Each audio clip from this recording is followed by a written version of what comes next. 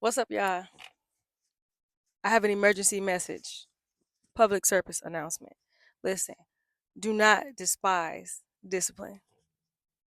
That's what I would tell myself, my former self, my lower self. Do not despise discipline. Discipline is the vehicle by which you will arrive at your destiny. All that you want out of life, the success, the love, the joy, the peace, prosperity, the vehicle by which to arrive is discipline. And here's the thing. I know that we have difficulty with discipline. It's that easy. We want to do whatever we want to do. That's because we're living in our flesh. This flesh is fallen. This vessel is fallen, meaning that it is not operating in the way in which it was designed. The Most High designed our vessel for our spirit to be aligned with the vessel. Okay? Our spirits were designed to be aligned with the flesh, and the flesh should be serving the spirit. But because we're fallen, the flesh has gone rogue. And the flesh does not want discipline because the flesh loves to dwell in chaos. The flesh does not want discipline because when you start living a disciplined life, then the flesh must come subject to the spirit. And the flesh doesn't want that. It's a war. So when we decide that we're going to be disciplined, then that's when our flesh is weakened. That's what we call dying to the flesh. The flesh is dead because the flesh is no longer in charge. The flesh is no longer calling the shots. The flesh is no longer um the king or the ruler. The flesh is no longer ruling. We're ruling from our spirit, which means that Yahuah is ruling through us because we carry his breath. We have his breath, his ruach. So we don't want this flesh to be suppressing Yahuah. We can't allow our flesh to suppress his breath because we are his animation. I like to say that all the time. I am his animation. I am the animation of the breath of the Most High Yah.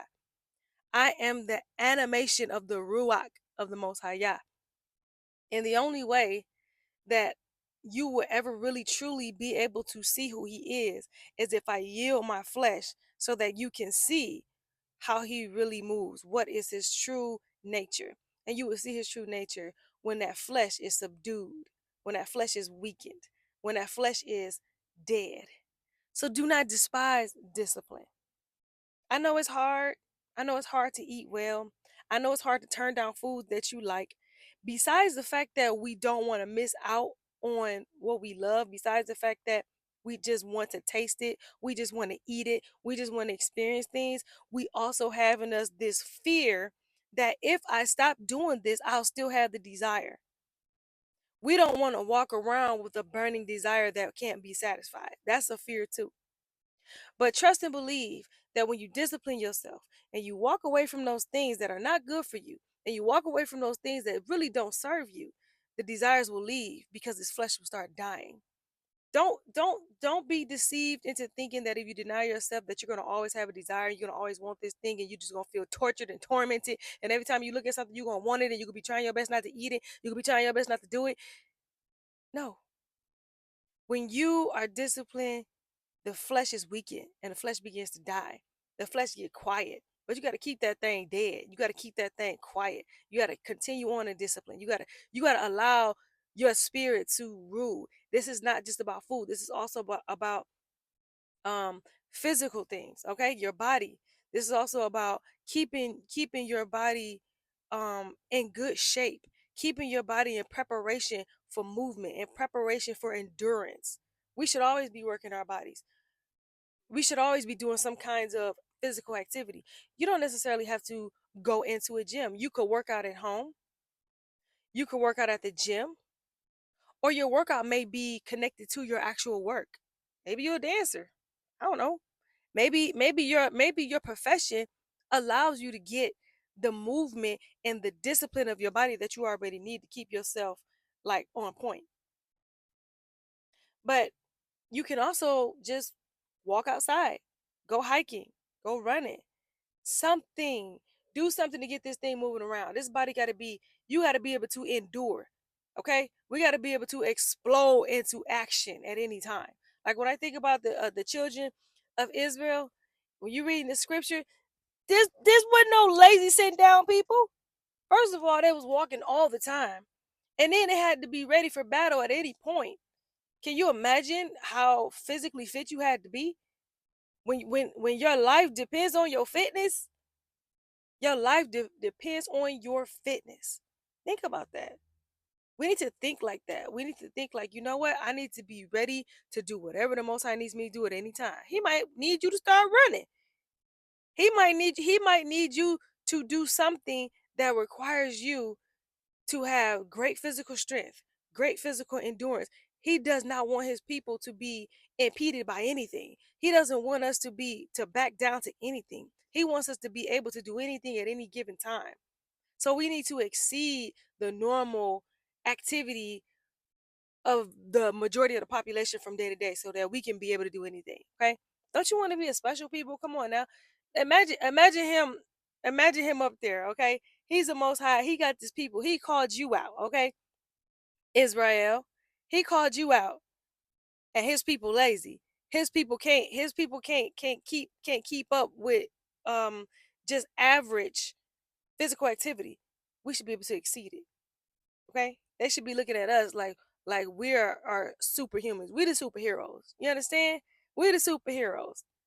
Now, there's food, discipline in your eating, discipline in how you work out. Now, let me tell you this. If you do that, if you do those two things, it will help you with discipline with all kinds of things. Because I say this all the time. I tell my children this all the time. If you can deny yourself of foods that you shouldn't eat, if you can make yourself get up and do physical work that you don't want to do or that's difficult for you, if you can cause yourself to grow, if you can cause yourself to endure, you can do anything. You can do anything. I say this all the time. Show me somebody who can't turn down a plate, and I'll show you somebody who's not disciplined in their mind. Show me somebody who eats whatever they want, whenever they want, who serves the God of their belly, and I'll show you someone who can be tempted to do other things, who can be led astray, truly. Because the most basic thing that your flesh needs is food. So if you allow your flesh to have absolutely whatever it wants and whatever it desires, it can get you to do anything. Other things for discipline.